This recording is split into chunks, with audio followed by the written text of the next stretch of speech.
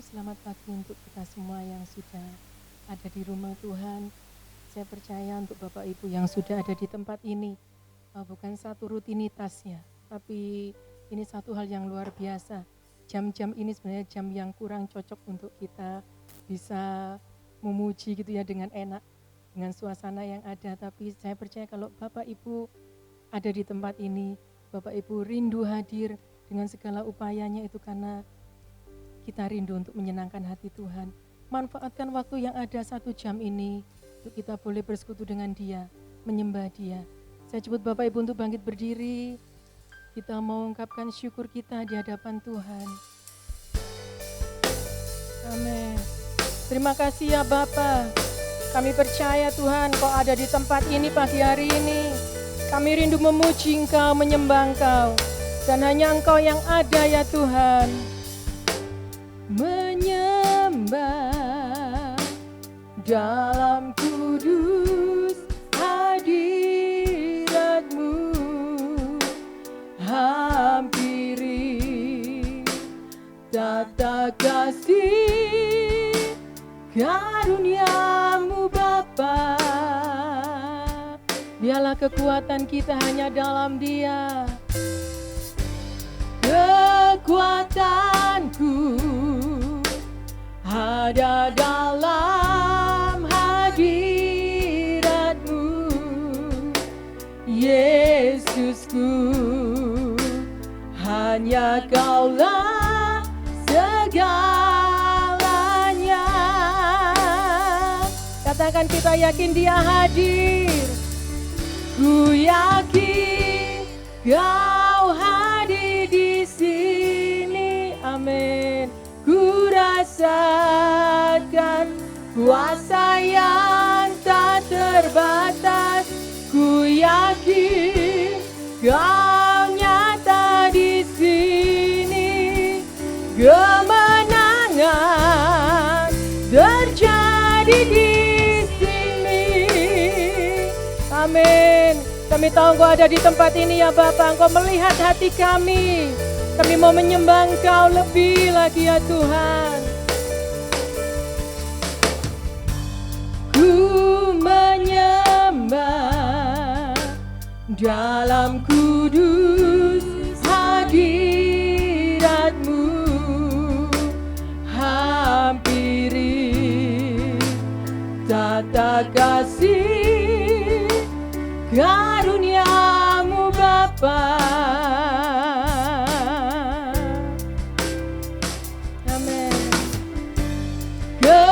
Kekuatanku hanya dalam hadirat-Mu, Yesusku. Hanya Kaulah segalanya. Ku yakin Engkau Tuhan. Ku yakin Kau hadir di sini. Ku rasakan kuasa yang tak terbatas. Ku yakin Kau nyata di sini. Kemenangan terjadi di sini. Ku yakin Engkau. Ku yakin Kau hadir di sini. Dialah hanya Engkau Tuhan. Ku rasakan kuasa yang tak terbatas. Ku yakin Kau nyata di sini. Kemenangan terjadi di sini. Segenap hati kami, segenap hatiku memuji-Mu. Sungguh besar Engkau, sungguh besar Kau Yesusku. Oh, segenap hatiku menyembah.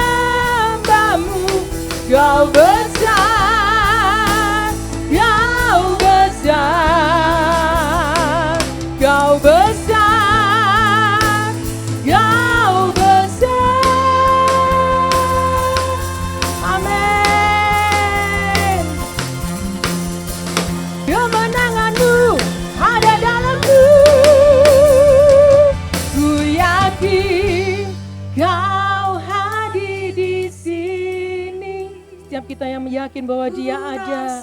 Berikan penghormatan yang terbaik bagi Tuhan kita. Amin Tuhan. Ku yakin Kau nyata di sini, kemenangan terjadi di sini. Amin. Ku yakin Kau hadir di sini. Amin. Terima kasih ya Tuhan. Kuasa yang tak terbatas, ku yakin Kau nyata di sini, kemenangan terjadi di sini, kesembuhan terjadi. Amin. Kelepasan Tuhan,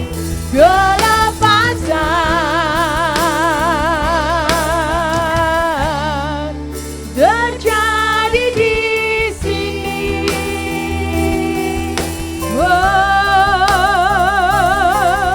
Kami percaya Engkau Tuhan, Engkau sudah ada di tempat ini ya Bapa, melawat kami. Yesus, kami sembah Engkau Tuhan. Syukur.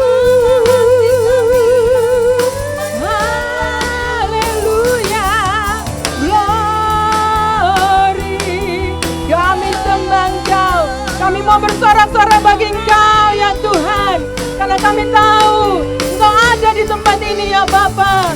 Haleluya. Glory bagi Engkau Tuhan, sembah Engkau. Oh, kami bersyukur Tuhan, Allah yang baik, Allah yang hidup. Kami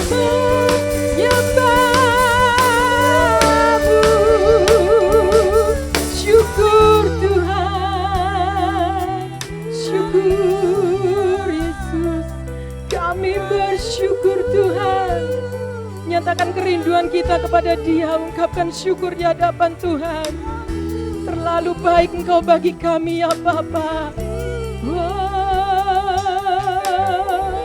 Glory bagi Engkau, pujian bagi Engkau Tuhan. Terima kasih ya Bapa, terima kasih Yesus. Biar kami menyadari bahwa Engkau ada di tempat ini ya Bapa. Biar bibir kami memuliakan Engkau Tuhan. Karena kami tahu hanya Engkau yang pegang kendali atas hidup kami. Dan Engkau ada, Allah Raja di atas segala raja, Engkau ada di tempat ini ya Bapa. Terima kasih Tuhan, terima kasih. Amin Yesus. Kami memuji-Mu lebih lagi ya Tuhan. Bersama-sama kita katakan, ku yakin Kau hadir di sini. Amin. Ku rasakan kuasa yang tak terbatas. Amin. Engkau mendengar jemaat-Mu ya Tuhan. Amin Tuhan. Kemenangan terjadi di sini. Ku yakin Tuhan, ku yakin Kau hadir di sini. Terima kasih Bapa.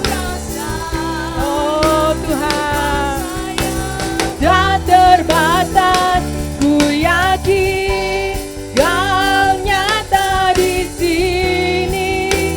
Kemenangan terjadi di sini. Ada kesembuhan. Amin. Terjadi di sini. Kami dilepaskan.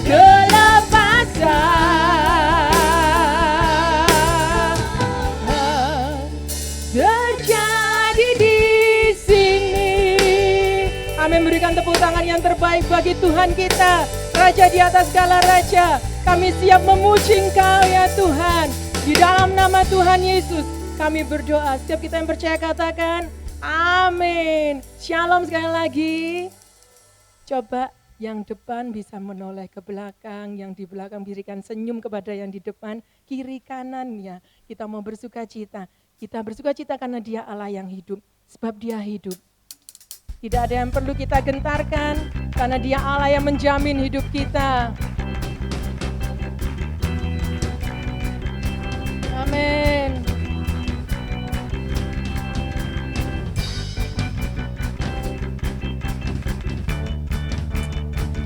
Anak Allah, Yesus namanya, Dia yang menyucikan, oh, menyembuhkan, bahkan mati, tebus dosaku, kubur kosong, membuktikan Dia hidup, sebab Dia hidup, sebab Dia hidup. Ada hari esok, sebab Dia hidup, ku tak gentar, ku tak gentar, karena ku tahu Dia pegang hari esok. Hidup jadi berarti sebab Dia hidup. Anak Allah, Yesus namanya, menyucikan, menyembuhkan, amin, bahkan mati, tebus dosaku, kubur kosong, membuktikan Dia hidup. Anak Allah, anak Allah, Yesus namanya, menyucikan, menyembuhkan, amin, bahkan mati, tebus dosaku, kubur kosong, membuktikan Dia hidup, sebab Dia hidup, sebab Dia hidup. Ada hari esok, sebab Dia hidup, ku tak gentar, karena ku tahu Dia pegang hari esok. Hidup jadi berarti sebab Dia hidup, sebab Dia hidup, sebab Dia hidup. Ada hari esok, sebab Dia hidup, ku tak gentar, karena ku tahu Dia pegang hari esok. Hidup jadi berarti sebab Dia hidup, sebab Dia hidup, sebab Dia hidup. Ada hari esok, sebab Dia hidup. Biar kita tidak gentar, oh, karena ku tahu Dia pegang hari esok. Hidup jadi berarti sebab Dia hidup. Biar jemaat sendiri katakan sebab Dia hidup. Akui dengan bibir kita. Amin. Biar kita tidak gentar, oh, karena ku tahu Dia pegang hari esok. Hidup jadi berarti sebab Dia hidup. Sekali lagi sampai iman kita katakan hidup. Ada hari esok, sebab Dia hidup, ku tak gentar, amin, karena ku tahu Dia pegang hari esok.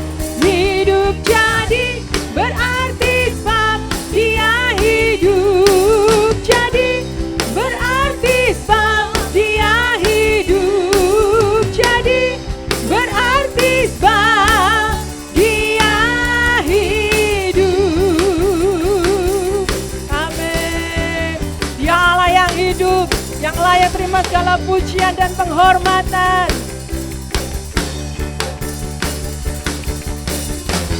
Amin. Kemuliaan bagi Tuhan kita sekali lagi. Silakan duduk Bapak Ibu. Bersuka cita, bersyukur kalau sampai dengan bulan ini kita boleh menikmati berkat dari Tuhan. Saya percaya setiap kita, Bapak, Ibu, dan saya, kita mengalami banyak hal dalam kehidupan kita. Tapi biarlah kita belajar terus bersyukur untuk segala sesuatu yang terjadi. Kita belajar seperti pujian yang akan kita naikkan, betapa kita mencintai. Karena kita tahu bahwa kita tidak pernah sendiri, tapi ada Tuhan bersama dengan kita. Amin. Siapkan hati kita untuk kebenaran firman Tuhan. Katakan bahwa Dia baik. Dan kita belajar bersyukur dengan apa yang kita alami.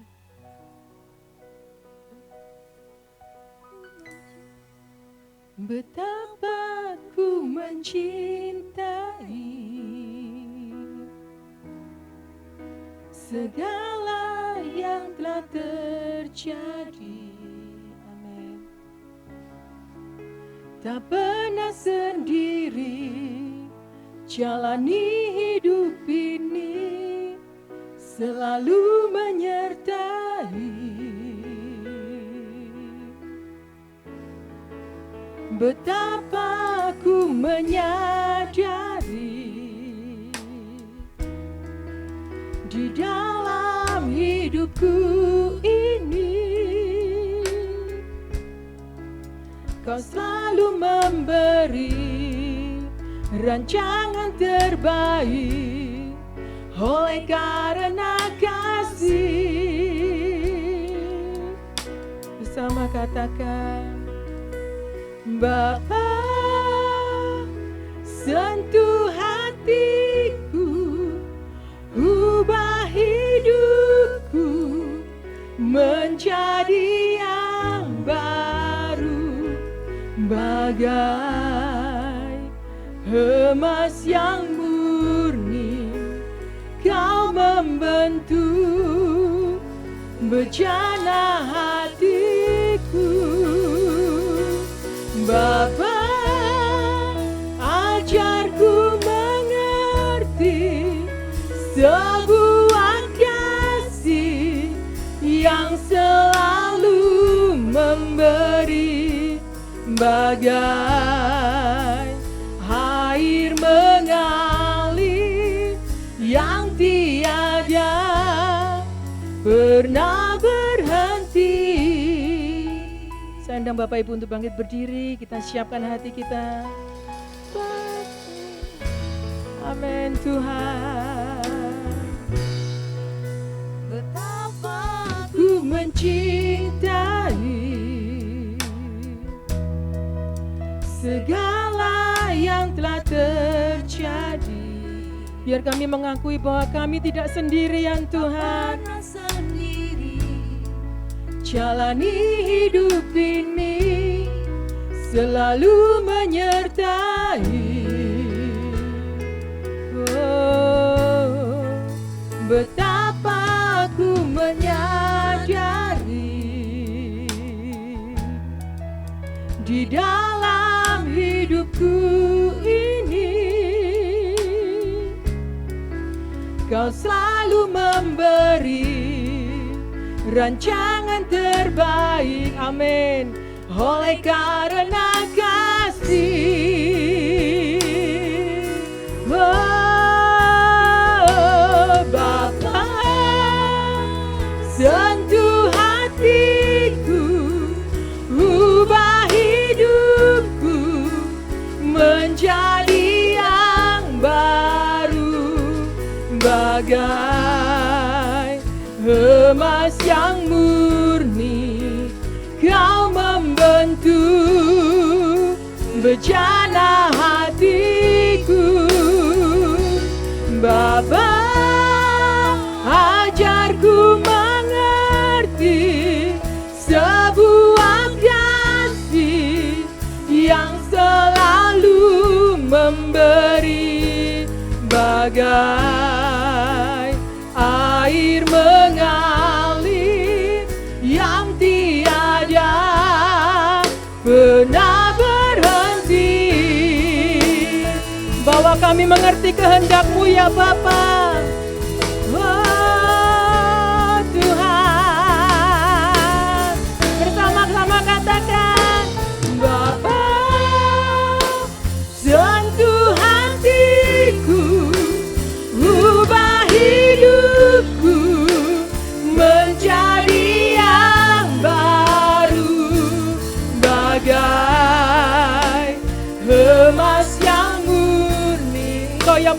hati kami Tuhan.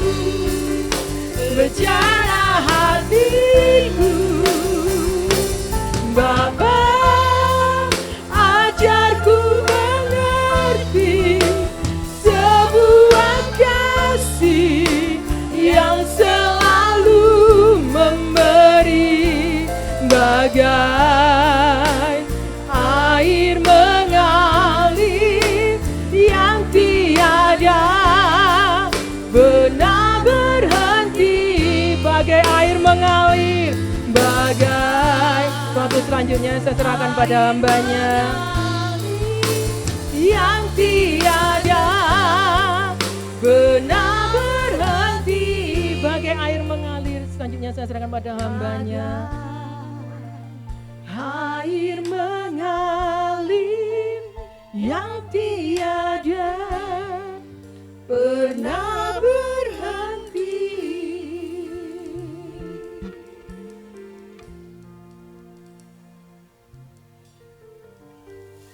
Kiranya Tuhan menolong kami untuk kami bisa memahami betapa besarnya kasih Allah itu bagi kami.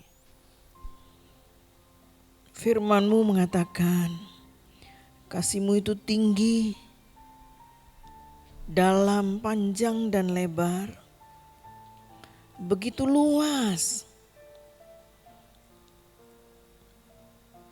Tapi kami percaya bahwa semakin kami memahami, mengerti kasih-Mu, kasih itu akan memenuhi jiwa kami. Kami akan puas bersama-Mu.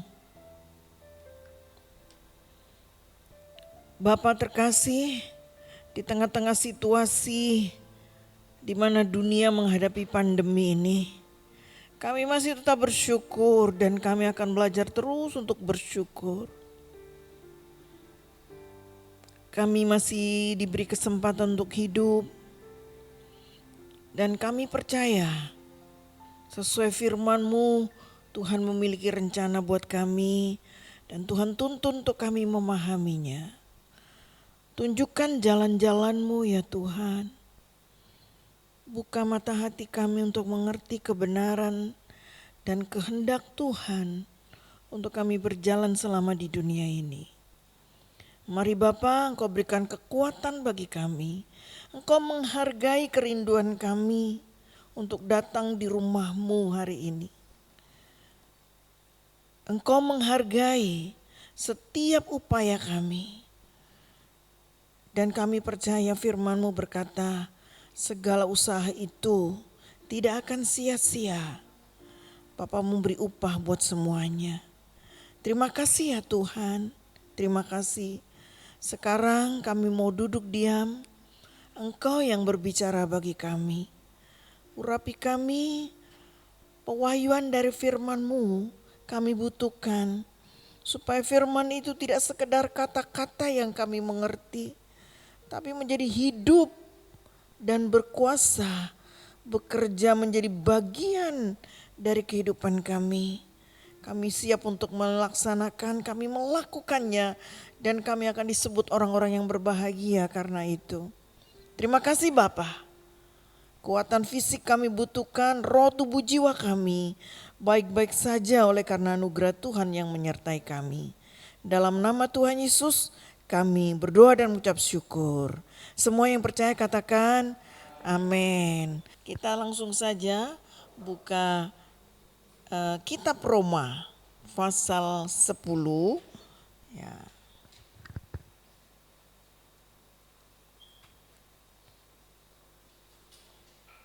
Roma pasal 10 kita baca ayat 1 sampai 13.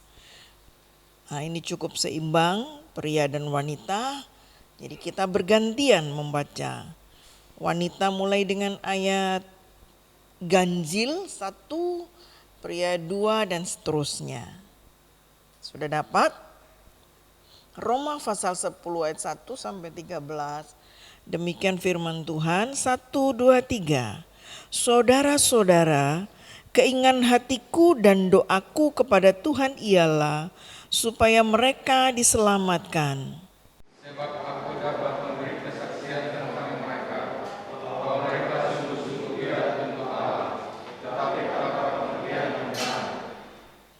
Sebab oleh karena mereka tidak mengenal kebenaran Allah dan oleh karena mereka berusaha untuk mendirikan kebenaran mereka sendiri, maka mereka tidak takluk kepada kebenaran Allah.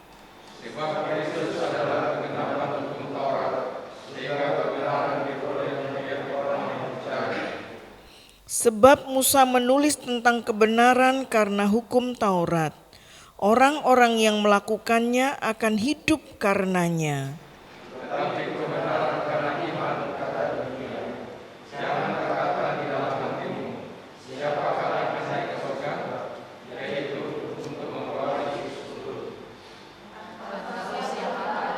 Turun ke jurang maut, yaitu untuk membawa Kristus naik dari antara orang mati.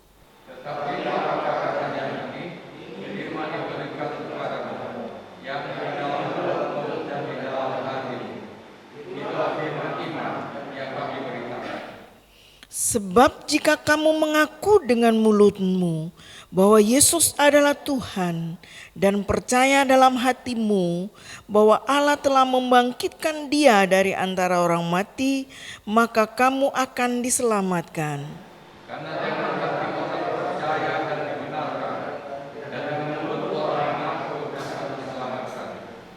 Karena kitab suci berkata, barang siapa yang percaya kepada Dia tidak akan dipermalukan.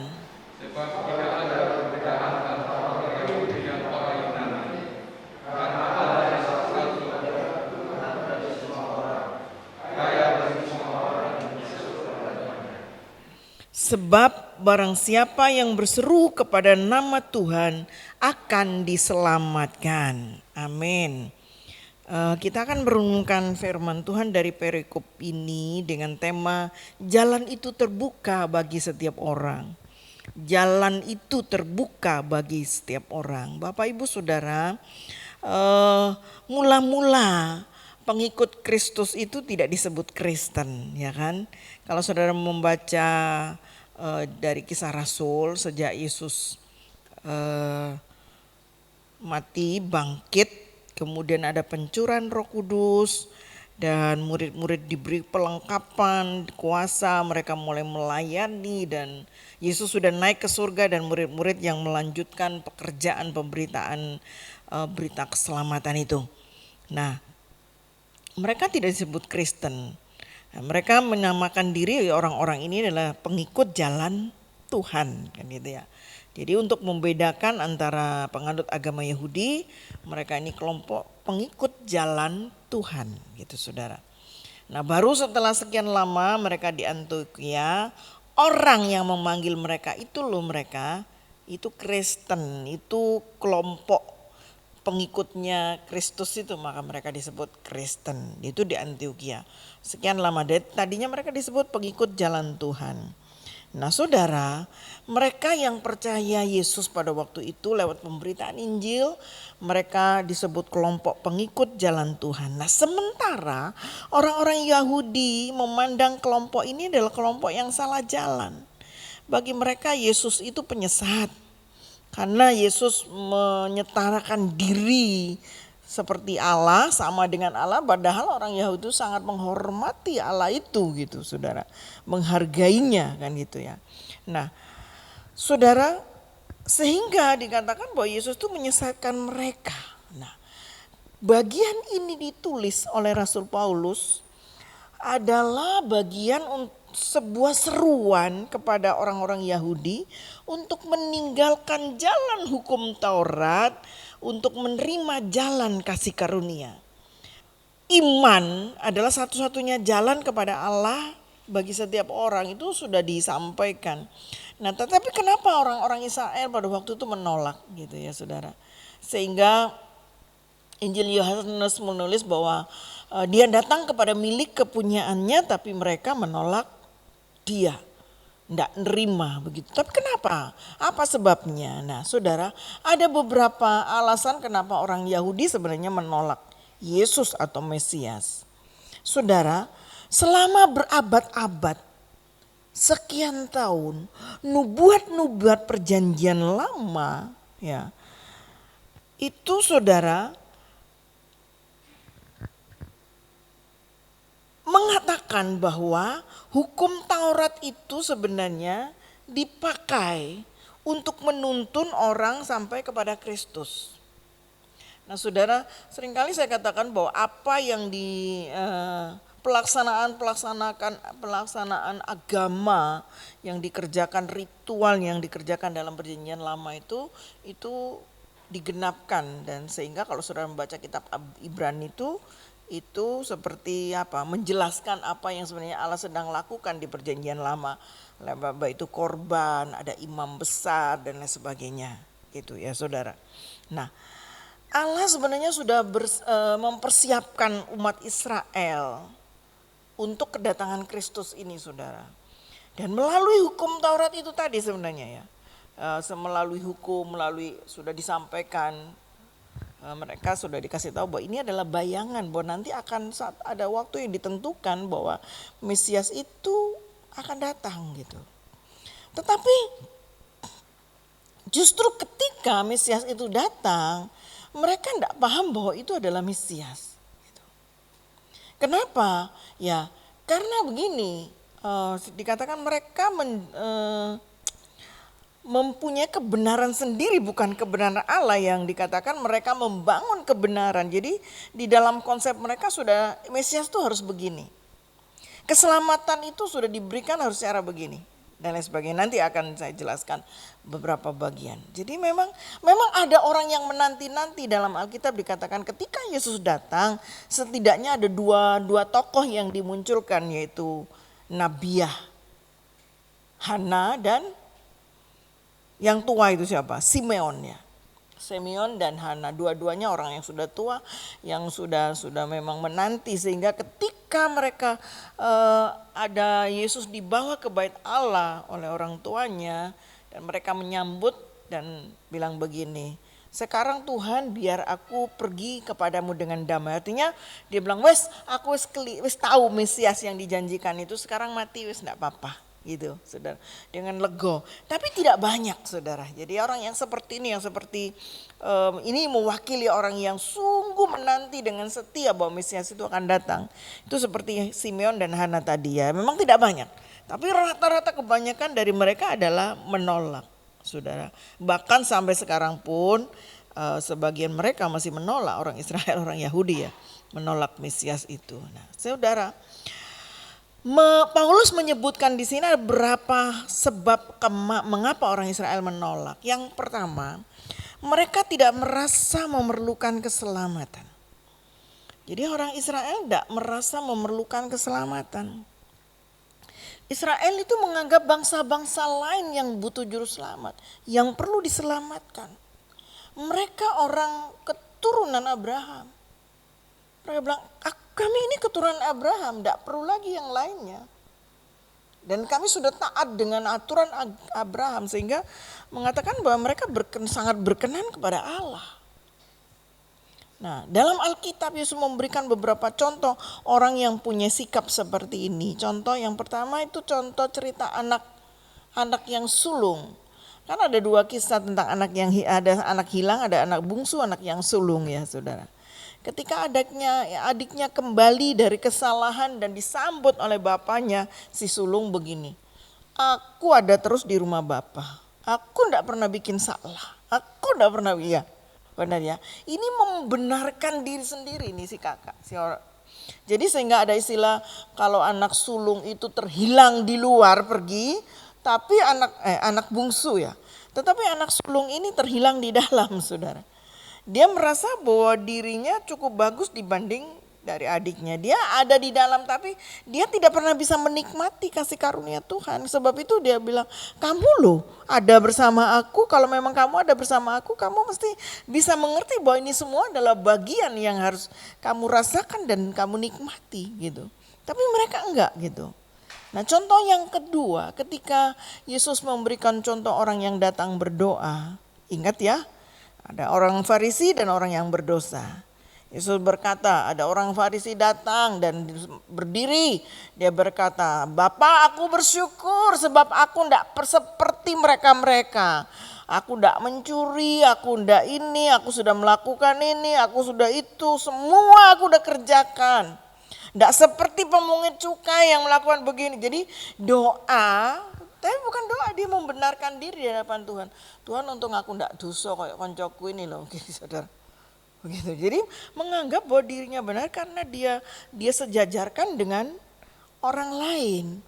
Tapi Yesus bilang ada orang yang datang kemudian sambil tertunduk dia katakan, Bapa Tuhan ampuni aku orang berdosa ini. Dan Yesus berkata, siapa yang pulang dimerdekakan? Dan orang yang datang dengan pengakuan itu yang dimerdekakan, saudara. Nah, jadi mereka merasa tidak perlu. Nah, kalau untuk masa-masa sekarang ada seperti begitu, saudara. Kalau saudara misalnya mau bersaksi kepada seseorang, yuk ikut Tuhan. Celang buat apa? Aku udah cukup baik. Aku berbuat baik. Aku banyak amal. Aku kerja jujur.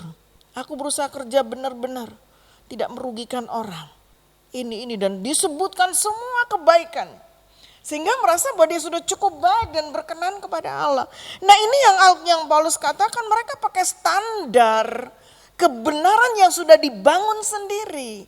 Dia nggak tahu bahwa Alkitab menyebutkan baik standarnya Tuhan itu beda dengan baik manusia. Benar nggak? Wow, orang Alkitab bilang kamu ngomongin temanmu jahil, itu aja kan udah berdosa katanya, betul nggak? Terlalu tinggi ukurannya Tuhan gitu. Kalau kita berdosa bukan hanya melakukan, bukan di perbuatan, baru dalam pikiran, Yesus bilang sudah ini. Berarti kalau kita iri hati, marah dengan orang kan sudah berdosa, ya kan? Makanya pada waktu ada seseorang di Injil bilang, aku udah berbuat itu semuanya baik nggak ini? Lalu penginjil bilang, kamu nggak pernah bohong sekalipun sama istri? Jadi pikir-pikir, iyalah pasti ada. Misalnya, kemana gitu, bohong. Ternyata iya. Hah? Bohong sedikit aja kan sama aja toh. Emang ada dosa besar kecil? Kita menulis, kalau kita sama anak-anak kelihatannya sederhana, tapi kan sama aja. Misalnya gini, nggak usah ikut, mama mau suntik. Padahal sudah mau pergi kemana? Ben anaknya ndak ikut, misalnya mau pergi arisan, biar ndak ikut suntik. Oh bilang, oh itu kan bohong baik. Bohong baik is bohong. Jadi gitu saudara, makanya sebenarnya kalau diukur begitu tidak ada orang yang benar di hadapan Tuhan. Nah orang Israel bilang, aku nggak butuh itu, aku sudah cukup baik. Bangsa-bangsa lain butuh Allah, butuh keselamatan, saya tidak. Itu yang pertama yang membuat orang Israel menolak Mesias. Yang kedua, mereka merasa sungguh-sungguh giat untuk Allah. Nah saudara, Paulus itu mengakui bahwa benar orang Yahudi itu sangat giat untuk Allah. Disebutkan, tetapi giat pada akhirnya menjurus kepada arah yang salah. Saudara, agama Yahudi mendasarkan diri pada ketaatan yang cermat kepada hukum Taurat. Dan dalam pemikiran Yahudi, melalui ketaatan kepada hukum itu dapat membawa mereka untuk berkenan di mata Allah. Dan mereka detil saudara. Salah satu contoh tentang Sabat. Kalau mereka melakukannya, dan sampai sekarang ada yang masih melakukannya. Jadi ada aturan kalau Sabat itu enggak boleh ngangkat barang misalnya lebih dari biji apa gitu, sangat ringan sekali, enggak boleh berat gitu. Kalau misalnya kita sakit, tidak boleh berupaya untuk jangan tambah sakit, tapi enggak boleh untuk berupaya sembuh. Aneh kan saudara? Kalau misalnya gini berarti, bendak tambah sakit tak makan sup aja biar seger. Tapi enggak boleh minum obat. Karena minum obat berarti itu berusaha untuk sehat. Oh, luar biasa ya. Nah, orang Yahudi biasanya kalau Sabat itu enggak nyalakan api kan. Nah, saudara, supaya kalau mereka perlu banget nyalakan, dia akan harus nyuruh orang bukan Yahudi untuk menyalakan api itu. Atau kalau mereka sudah kaya punya, mereka akan pakai alat otomatis untuk itu. Menurut saya sulit enggak? Hidup seperti itu sulit enggak? Sulit. Tapi orang Yahudi, orang yang bertekad, ada orang yang memang sungguh-sungguh bertekad untuk taat kepada Taurat yang seperti itu, saudara. Dan memang Alkitab mengatakan bahwa bila seorang manusia melakukan hukum Taurat, Paulus berkata bahwa ya, ia akan hidup oleh karena Imamat 18 ayat 5. Tetapi tidak ada seorang pun yang sanggup 100% melakukan itu. Yesus sudah membuktikan itu kok, saudara. Ingat ada pemuda kaya yang datang kepadanya, "Guru, bagaimana supaya aku bisa selamat, ya kan, masuk surga?" Udah, lakukan semua yang diajarkan Taurat. Saya bilang, sudah. Kasihlah Tuhan Allahmu, kan bilang begitu. Jangan membunuh, jangan mencuri, jangan jadi saksi dusta, jangan berzina, jangan apalagi dan semua. Sudah tak lakoni semua. Yesus bilang, tinggal satu. Kenapa? Jual semua yang kamu punya bagi orang, lalu ikut aku. Alkitab bilang apa? Jadi enggak dia? Jadi ikut Tuhan? Enggak kan? Karena hartanya begitu banyak, pergi dengan sedih. Ojo eman-eman. Itu Yesus cuma mau ngetes bahwa kamu tidak bisa loh melakukan seluruh Taurat. Tuntutan Taurat. Kalau engkau mengasihi Allah, yang katanya mestinya kamu bisa pergikan ini dan untuk, iya kan? Berarti dia belum bisa toh. Begitu memilih Allah atau duit, dia pilih duitnya kan? Benar gak? Jadi saudara, ya sudah membuktikan kalau kamu mau dengan tuntutan Taurat 100%, gak bisa ada yang bisa berkenan kepada Allah. Jadi mereka sungguh-sungguh giat, tetapi mereka salah. Paulus sadar bahwa tidak ada seorang pun yang akan sanggup memenuhi itu karena dia sudah praktekkan, dia sendiri sudah pernah hidup di sana. Hanya Yesus anak Allah yang sanggup memenuhinya. Jadi kalau mereka giat untuk sesuatu yang sebenarnya gak mungkin mereka kerjakan benar-benar. Mereka bilang dengan itu bisa berkenan sama Allah, ternyata enggak, terbukti tidak, saudara. Dan Allah, Yesus juga membuktikan itu. Dan mereka kalau jujur ditanya, ya mereka akan pasti tahu itu. Betapa sulitnya itu. Tuntutan-tuntutan yang biasanya diminta untuk melakukan ini dan itu untuk kita berkenan sama Allah, itu betapa sulitnya, saudara. Makanya hidup karena kasih karunia. Yang ketiga, mereka congkak dan merasa diri benar. Israel tidak pernah mengenal kebenaran Allah bukan karena mereka belum pernah mendengar. Tetapi mereka tidak mau menerima, menolak. Dikatakan di sini tadi.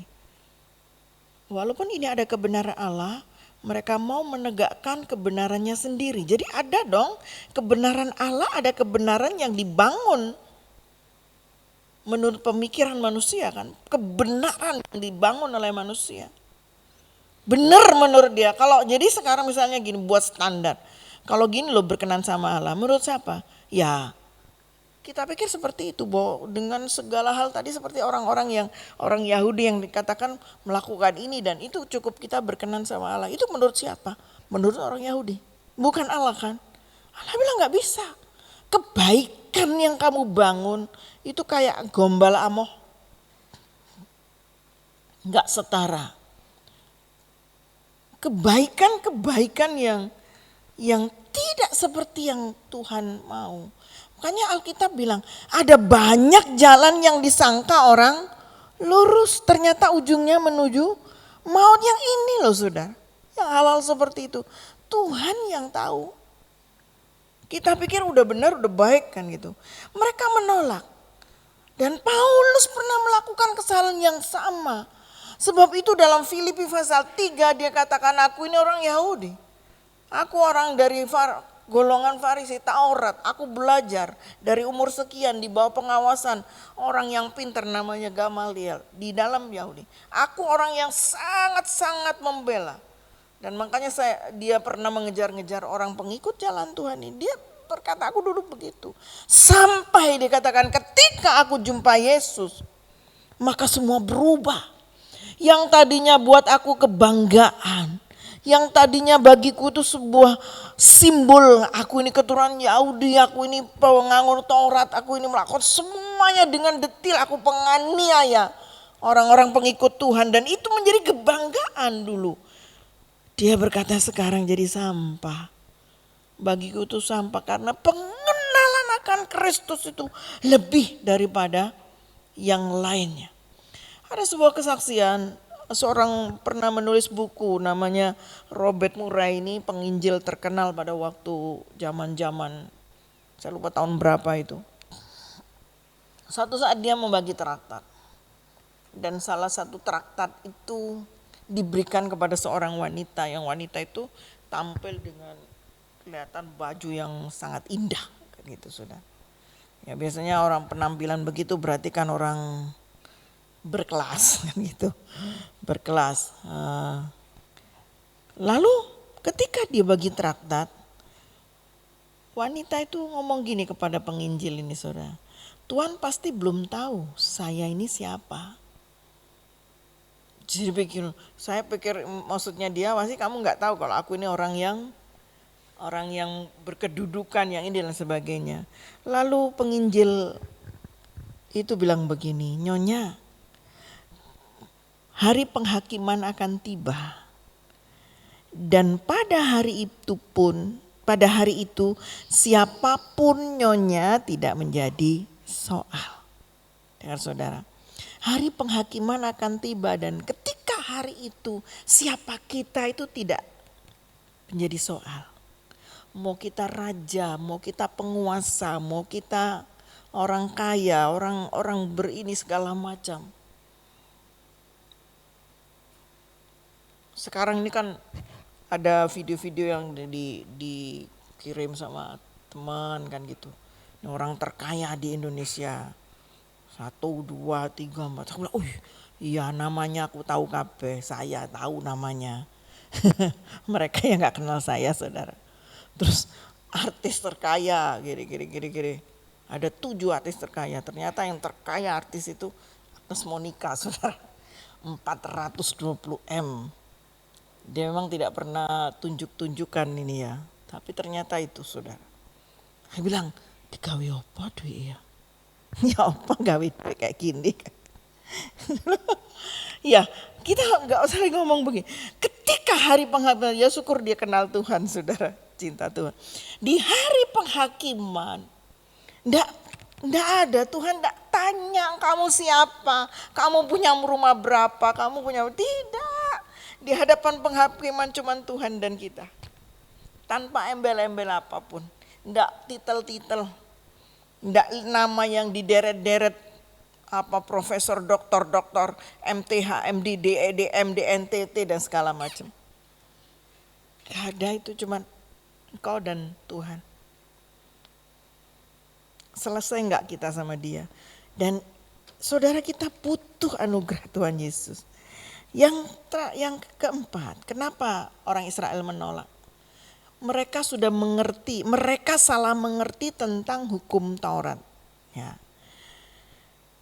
Ritual orang Yahudi itu kan semua menunjuk sebenarnya kepada Kristus yang mau datang. Baik itu korban-korban, imam. Ketika ngomong korban-korban, Kristus di Ibrani kan dikatakan dia sebagai korban satu-satunya yang tidak pernah korban yang sempurna kan gitu. Ketika ngomong imam dalam perjanjian lama, Yesus dikatakan dia sebagai imam kan gitu, imam besar melakukan dan semua, saudara. Jadi lewat itu semua sebenarnya harusnya itu menghantar mereka untuk kenal kepada Kristus, tapi ternyata enggak. Hukum Taurat itu harusnya membawa mereka sadar mereka butuh juru selamat. Dan kitab Roma, kitab Paulus juga menuliskan itu. Ketika seseorang diperhadapkan tuh, iya ternyata melakukan hukum Taurat itu susah dan saya enggak bisa kan gitu. Ya kan? Contoh pemuda tadi itu ya. Permisi. Ternyata enggak bisa. Jadi semakin ada aturan yang disebutkan itu, mereka harusnya sadar, oh iya saya orang berdosa kan gitu. Butuh yang lain, enggak bisa ini gitu. Nah, ternyata orang-orang Yahudi ini tidak membiarkan hidupnya untuk dituntun kepada Kristus melalui hukum Taurat. Tapi mereka begitu membanggakan hukum Taurat, mereka anggap itulah cara untuk mereka berkenan sama Tuhan. Jadi mereka salah paham. Nah, itu 4 hal yang membuat orang Yahudi untuk menolak. Dan saya pikir itu juga yang hari-hari ini, misalnya sekarang kalau ditanya ada orang-orang yang masuk dalam golongan itu untuk menolak Mesias Kristus ya. Hal kedua, kebenaran karena iman yang Paulus ajarkan itu tadi, kenapa orang Israel menolak. Yang kedua, jalan yang disebut jalan Tuhan ini, kebenaran karena iman itu berpusat kepada kematian dan kebangkitan Kristus. Sebab jika kamu mengaku dengan mulutmu bahwa Yesus adalah Tuhan dan percaya bahwa Allah telah membangkitkan dia dari kematian, bangkit dari mati, maka kamu akan diselamatkan. Orang harus mengaku Yesus adalah Tuhan untuk selamat. Mengaku Yesus adalah Tuhan. Pengakuan Yesus adalah Tuhan ini penting, saudara. Kalau saudara cuman anggap Yesus sebagai penyelamat, saudara, kita akan jadikan Yesus itu seperti superior, Superman yang dibutuhkan dan menolong kita, akan begitu. Tapi Yesus berkata Yesus adalah Tuhan. Sebab jika kamu itu bahwa Yesus adalah Tuhan, kata Tuhan itu kurios. Kurios itu kalau di dalam bahasa Inggris itu panggilan sir, S-I-R. Yes sir. Oke, itu penghormatan kepada seseorang. Dalam kitab Septuaginta itu kitab pertama berbahasa Ibrani, saudara. Ya, Alkitab dalam bahasa Ibrani, kemudian baru Alkitab ini diterjemahkan. Di dalam Alkitab itu dipakai kata ini yang diterjemahkan dengan kurios ini memakai yang ilahi atau Yahweh, Yehova.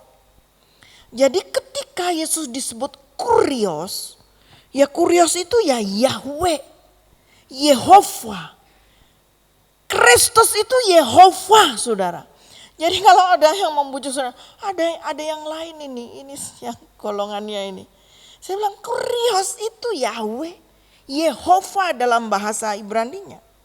Nah, Yesus berarti ditempatkan sebagai pribadi yang disejajarkan seperti kaisar yang dihormati, ya kan, kaisar dan Allah, karena Yahweh itu Allah. Berarti Yesus memang setara dengan itu, sehingga menyebut Yesus sebagai Tuhan itu sebenarnya penghormatan seseorang, selayaknya dia memberikan hidup kepada dia ketika bilang engkau adalah Tuhan, engkau adalah Tuanku, engkau rajaku, engkau dan sebagainya. Nah, saudara, orang yang menyebut Yesus adalah Tuhan adalah orang yang memberikan tempat yang terutama dalam kehidupannya untuk Yesus. Menempatkan dia di tempat yang setinggi-tingginya. Dan itu sejalan dengan biarlah engkau mengasihi Tuhan Allahmu lebih dari ini, yang terutama dari yang utama. Sebab itu Tuhan bilang kamu itu harus percaya Yesus. Kalau kamu mengaku Yesus adalah Tuhan, seberapa kita mengakui dia sebagai Tuhan yang berdaulat, yang menguasai, yang mengatur seluruh aspek hidup kita. Dan ketika kita ngomong Tuhan, ini aku loh hamba, dalam tuntunan dan ketaatan kepada dia. Itu yang pertama, bahwa kita kalau orang mengaku, jadi pengakuan bahwa Yesus itulah Tuhan. Yang kedua, orang harus percaya bahwa Yesus sudah dibangkitkan dari kematian. Yesus pernah hidup dan Yesus masih hidup. Amin. Kebangkitan adalah dasar utama dari kepercayaan Kristen. Dasar utama, saudara. Sebab itu Paulus berkata, kalau Yesus tidak dibangkitkan, sia-sia iman kamu. Sia-sia kamu jadi pengikutnya. Karena kalau Yesus tidak dibangkitkan, kamu tidak ada kebangkitan, orang mati kamu juga mati. Buat apa? Benar gak? Ngapain harus ikut dia? Paulus berkata, sia-sia. Kalau benar Yesus tidak dibangkitkan, tidak ada kebangkitan orang mati. Dan kau juga binasa selama-lamanya tidak pernah bangkit. Tapi Paulus katakan bahwa dia memang dibangkitkan. Kristus hidup terus. Dia bukan aktor sejarah. Kalau sejarah itu masa lalu. Pernah hidup itu sejarah. Ya kan? Histori. Tapi dia bukan pernah hidup. Dia hidup, pernah mati dan hidup dan tetap hidup selama-lamanya. Itu dasar kepercayaan kekristenan, saudara. Dilandasi bahwa Yesus bangkit dari kematian. Karena dia hidup, maka dia juga berkuasa memberi hidup kepada saudara dan saya. Kalau dia sendiri mati, dia tidak bisa memberi hidup. Makanya dia bilang, akulah kebangkitan dan hidup. Aku bisa memberi hidup walaupun kamu sudah mati. Hidup yang sesungguhnya.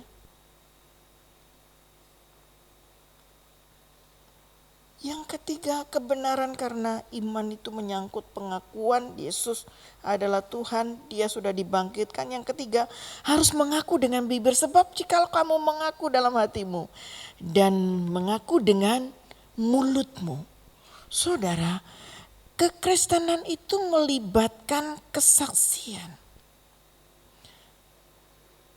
Pengakuan bukan hanya di hadapan Allah, tetapi di hadapan manusia. Paulus berkata, harus supaya jelas kamu pengikut siapa. Makanya ada baptisan itu adalah dalam kebiasaan dalam sebuah kelompok tertentu zaman itu, orang baptis itu menandakan dia memberi diri untuk masuk dalam sebuah kelompok itu, gitu saudara. Dan itu dipakai oleh Yesus.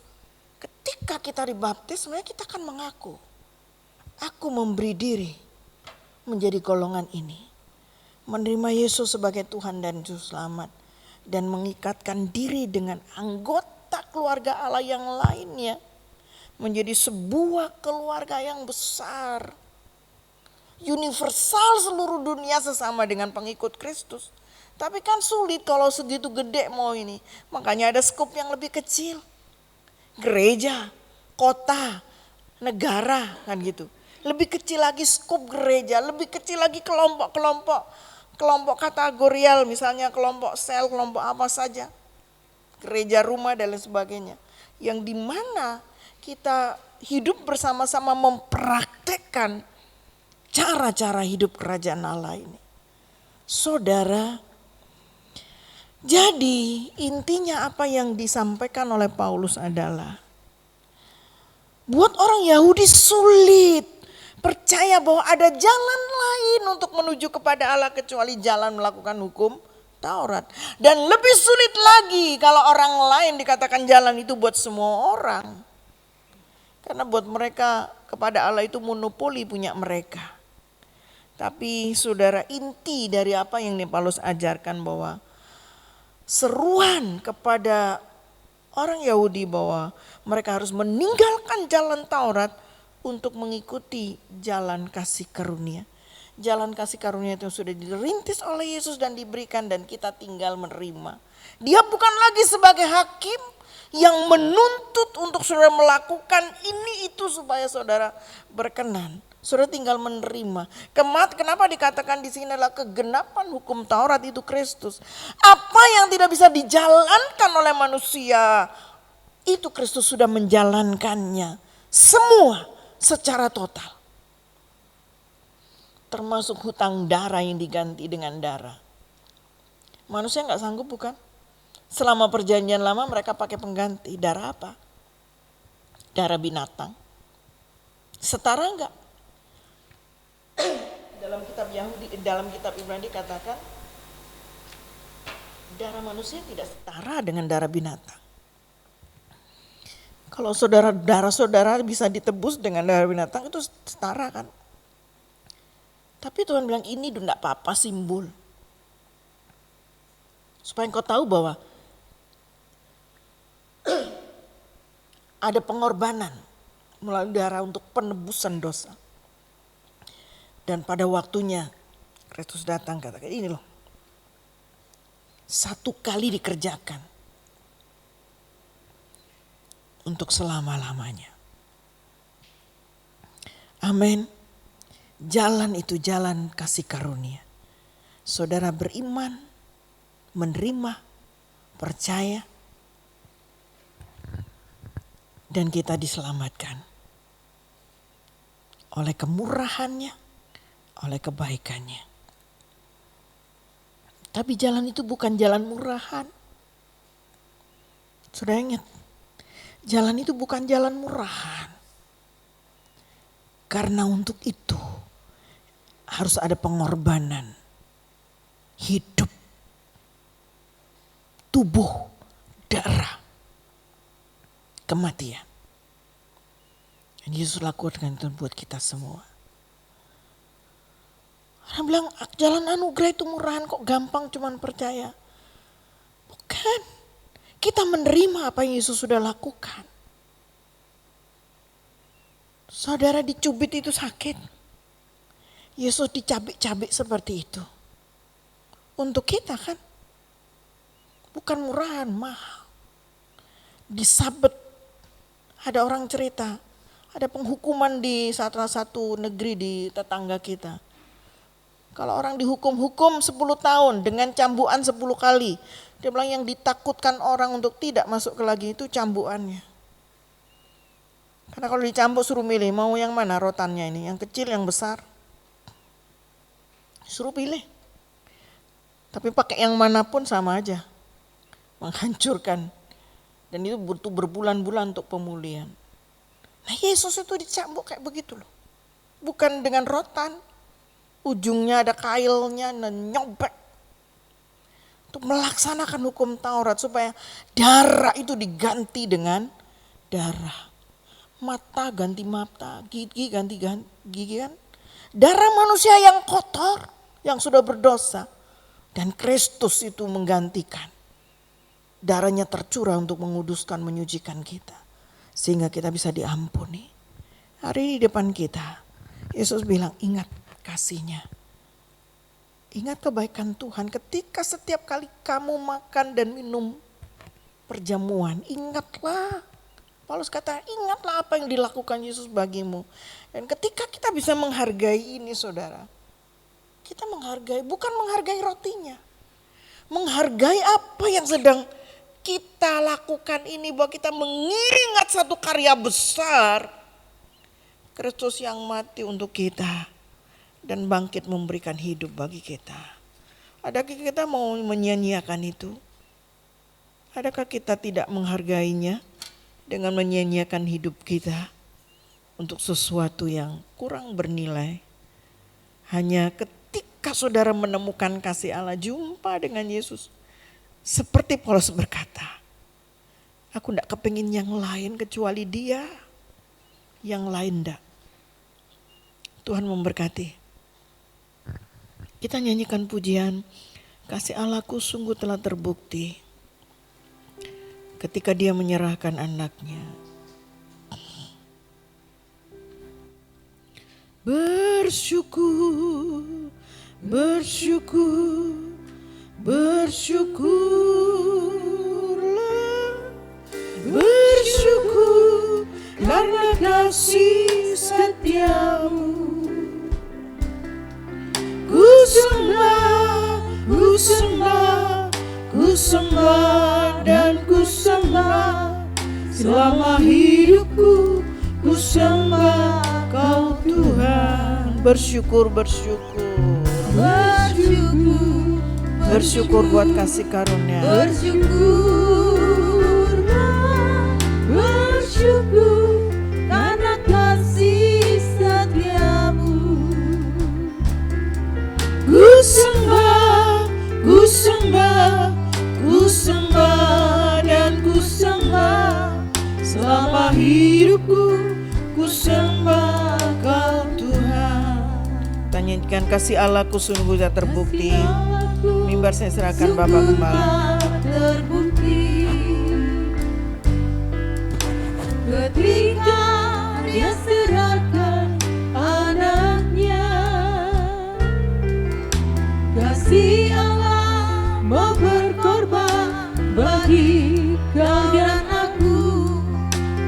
Mari kita berdiri bersama-sama. Seperti kasih-Mu,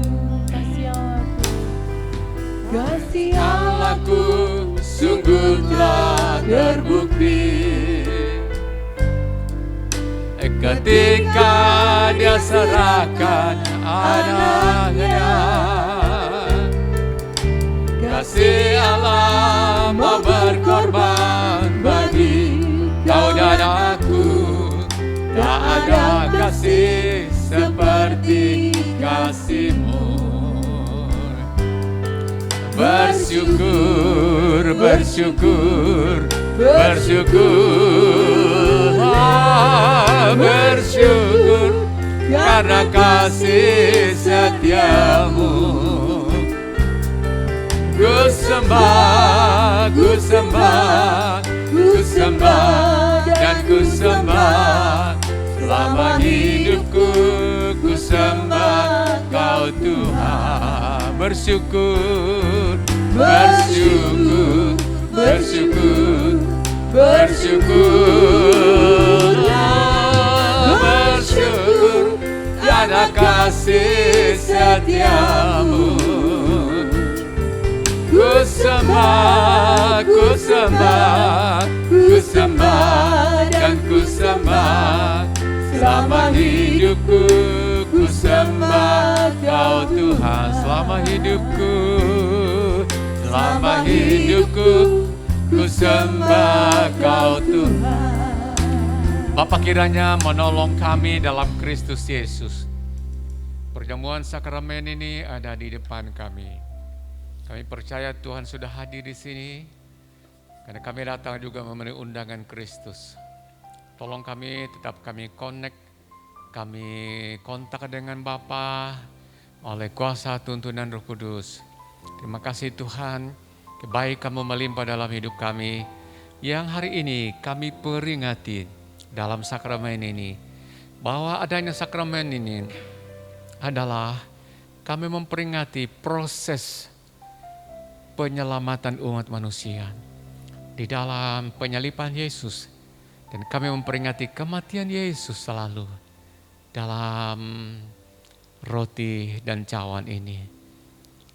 Layakkah kami menerimanya, karena keselamatan itu begitu mahal harganya. Dalam nama Yesus kami siap. Haleluya. Amin.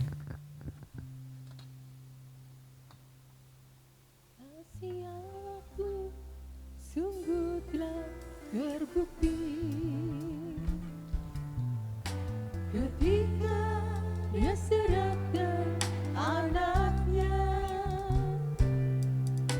Kasih Allah mau berkorban bagi kau dan aku. Tak ada kasih seperti kasih-Mu, kasih Allahku. Kasih Allahku sungguh telah terbukti ketika Dia serahkan anaknya. Kasih Allah mau berkorban bagi kau dan aku. Tak ada kasih seperti kasih-Mu. Bersyukur, bersyukur, bersyukur, bersyukurlah, bersyukur karena kasih setiamu. Ku sembah, ku sembah, ku sembah dan ku sembah selama hidupku. Ku sembah Kau Tuhan.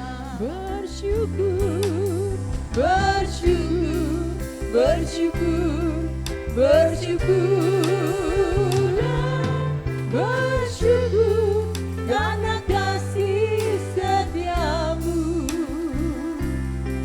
Ku sembah, ku sembah, ku sembah dan ku sembah selama hidupku.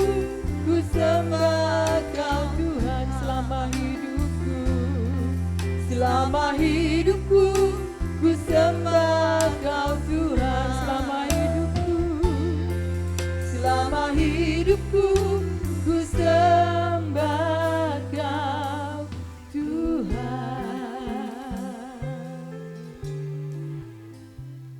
Mari silakan angkat pada tangan kanan roti. Lalu dengar firman Tuhan baik-baik. Sebab apa yang telah kuteruskan kepadamu telah aku terima dari Tuhan, yaitu bahwa Tuhan Yesus pada malam waktu ia diserahkan mengambil roti. Dan sesudah itu ia mengucap syukur atasnya. Ia memecah-mecahkannya dan berkata, inilah tubuhku yang diserahkan bagi kamu. Perbuatlah ini menjadi peringatan akan daku. Saudara, kata firman Tuhan, perbuatlah ini menjadi peringatan akan daku. Saya lanjutkan dulu ayat berikutnya. Demikian juga ia mengambil cawan sesudah makan, lalu berkata, cawan ini adalah perjanjian baru yang dimeteraikan oleh darahku.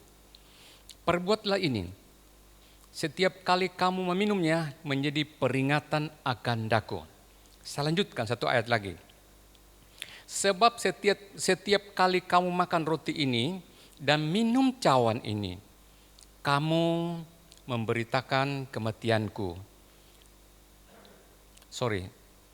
Saya ulang lagi 26. Sebab setiap kali kamu makan roti ini dan minum cawan ini, kamu memberitakan kematian Tuhan sampai ia datang. Saudara, kata firman Tuhan, setiap kali kita makan roti ini lambang dari tubuhnya Yesus, dan minum dari cawan ini lambang dari darahnya Yesus, Kristus berkata, setiap kali kamu lakukan itu, memperingati kematian Yesus. Lalu dia katakan, sampai kamu menantikan dan berjumpa dengan kedatangan Yesus kedua kalinya. Amin. Yang dituntut Tuhan itu adalah memperingati, dan kedua, setia sampai Yesus datang. Ketiga, dia katakan beritakan bahwa Yesus mati di salib. Amin. Jangan ada orang katakan Yesus mati kena corona. Yesus mati di salib. Bukan sakit dan bangkit. Dalam nama Tuhan Yesus, roti lambang dari tubuh Yesus, kami mau terima dengan iman dan kami percaya Yesus adalah Tuhan. Amin. Kita makan bersama-sama dalam nama Yesus.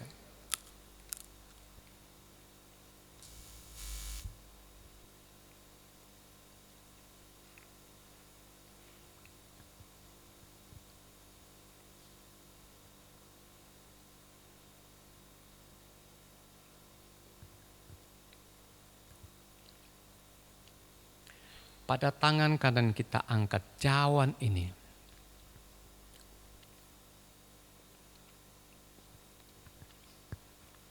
Tuhan juga berkata, setiap kali kamu minum dari cawan ini, kamu memperingati kematian Kristus. Apakah saudara masih bisa ingat-ingat kematian Yesus itu? Betapa sengsaranya dia. Supaya apa? Penderitaan itu kita tidak tanggung lagi.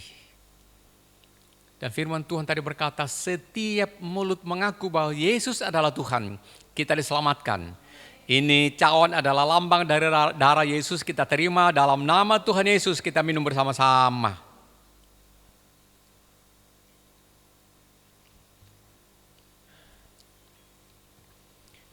Sekarang waktunya kita mau berterima kasih.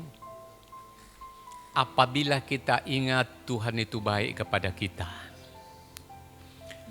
Masih ingatkah pertolongan Tuhan kepada saudara ketika saudara kepepet kesulitan dalam kehidupan, dalam kesembuhan, dalam keuangan, dalam keselamatan, dalam masalah apapun juga, tiba-tiba Tuhan berikan pertolongan, masih diingatkah?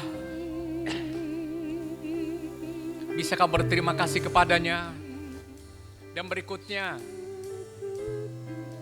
pernahkah saudara ditolong orang secara baik? Masih ingatkah kebaikan orang kepadamu? Doakan mereka.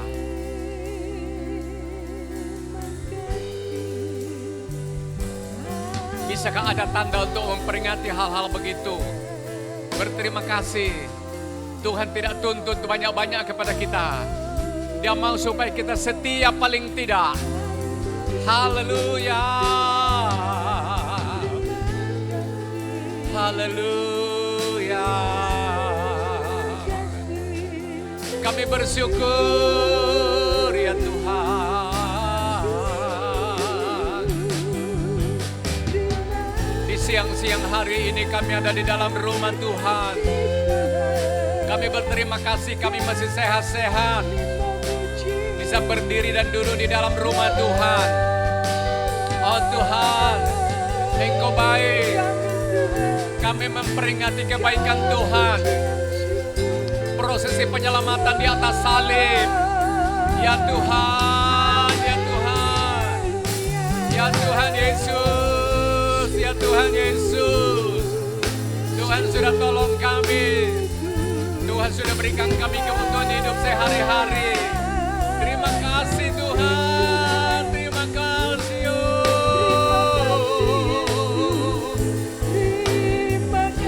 Terima kasih. Jamahlah yang sakit ya Tuhan, sembuhkanlah yang sakit.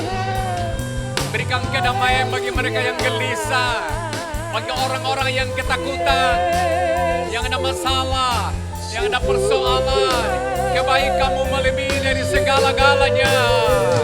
Yakinkan kami Tuhan bahwa Engkau baik. Ya Tuhan Allah, dalam Yesus Tuhan. Terima kasih banyak. Terima kasih banyak ya Tuhan. Tuhan melimpahi kami dengan rahmat-Nya.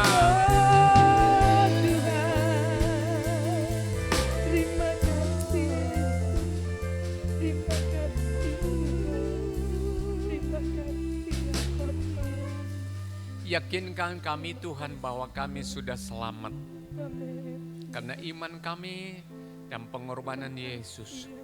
Kami imani penyaliban itu luar biasa dan kemuliaan salib itu begitu hebat, dan kekuatan salib itu adalah sentral keselamatan bagi seluruh dunia, bagi manusia yang percaya kepadanya. Kiranya kami tetap setia sampai Yesus datang. Apapun yang terjadi, mantapkan iman kami Tuhan. Buat kami radikal di dalam iman kami. Tidak ada yang menggoyahkan kami. Terima kasih Tuhan. Terima kasih. Hari ini kami diberkati, dikuatkannya. Kami akan pulang bersama dengan pimpinan Tuhan. Dalam seminggu ini Tuhan tolong kami. Anak-anak kami yang sekolah diberkati Tuhan. Berkati setiap ibu-ibu, setiap kaum bapak. Menemani anak-anaknya belajar. Mereka menjadi sahabat, menjadi orang tua sekaligus mereka menjadi pendamping dalam pendidikan anak-anak. Tuhan, di antara saudara-saudara kami ada yang sakit, ada yang panas, Tuhan tolong turunkan panasnya.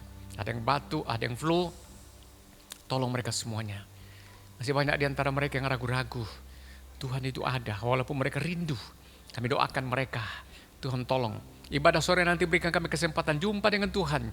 Kami hamba-hamba Allah tidak jenuh-jenuhnya kami akan belajar setia dan maksimal melayani Engkau Tuhan. Kami akan sambut jiwa-jiwa yang mereka datang dengan percaya di dalam rumah-Mu. Ajari kami Tuhan taat mengikuti peraturan-aturan protokol kesehatan ya Tuhan. Supaya kami tetap baik-baik dan gereja ini menjadi gereja diberkati Tuhan dan jadi berkat. Ya Tuhan, semua umat diberkati Tuhan dengan sehat-sehat. Terima kasih Tuhan. Mari kita siapkan persembahan kita. Yang dekat-dekat dengan persembahan silakan ambil. Mari kita angkat yang kita sudah pegang. Bapa di sorga, persembahan ini Tuhan milik kami. Dipercayakan Tuhan kami kelola. Menjadi makanan kami dan kebutuhan hidup kami sehari-hari. Kami sisipkan. Kami berikan sebagai korban rasa syukur. Kami datang tidak dengan tangan hampa, karena kami datang dengan iman dan kami dibekali Tuhan dengan firman Allah, dengan damai sukacita. Kami akan lepaskan persembahan ini dan Tuhan dipermuliakan. Tidak ada yang kurang dari kami Tuhan, tapi Tuhan akan gandakan dengan luar biasa. Tuhan memberkati setiap kami. Pemerintah bangsa kami, tolong Presiden, tolong DPR, MPR dari pusat sampai daerah. Kota Probolinggo diberkati Tuhan. Diberkati ekonominya, diberkati hukumnya, diberkati sosialnya, diberkati pendidikan, diberkati imannya, diberkati gereja-gereja hamba-hamba Allah, anak-anak Tuhan. Khusus GBI Ponda diberkati Tuhan. Terima kasih, terima kasih, terima kasih Tuhan. Terima kasih banyak. Semua umat yang datang pada siang ini diberkati Tuhan. Saudaraku, pulanglah dengan damai, sejahtera, sukacita dalam Roh Kudus. Berkat dari Bapa dalam Yesus Tuhan. Hari ini selama-lamanya Tuhan memberkati kita sekalian. Haleluya, haleluya. Yang percaya katakan amin. Amin. Kita ikut nyanyian yang mereka nyanyikan sambil kita keluar, kita berikan persembahan. Tuhan memberkati.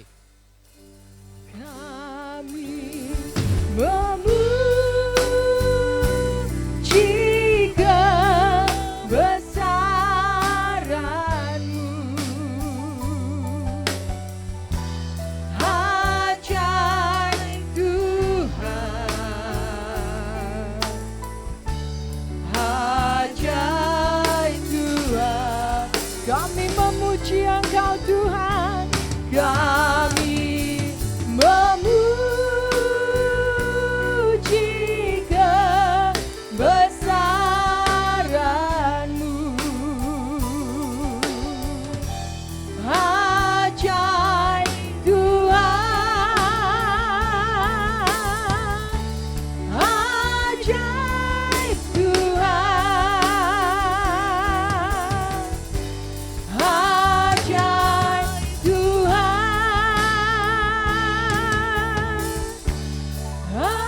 ajaib Tuhan. Amin. Selamat siang. Tuhan memberkati.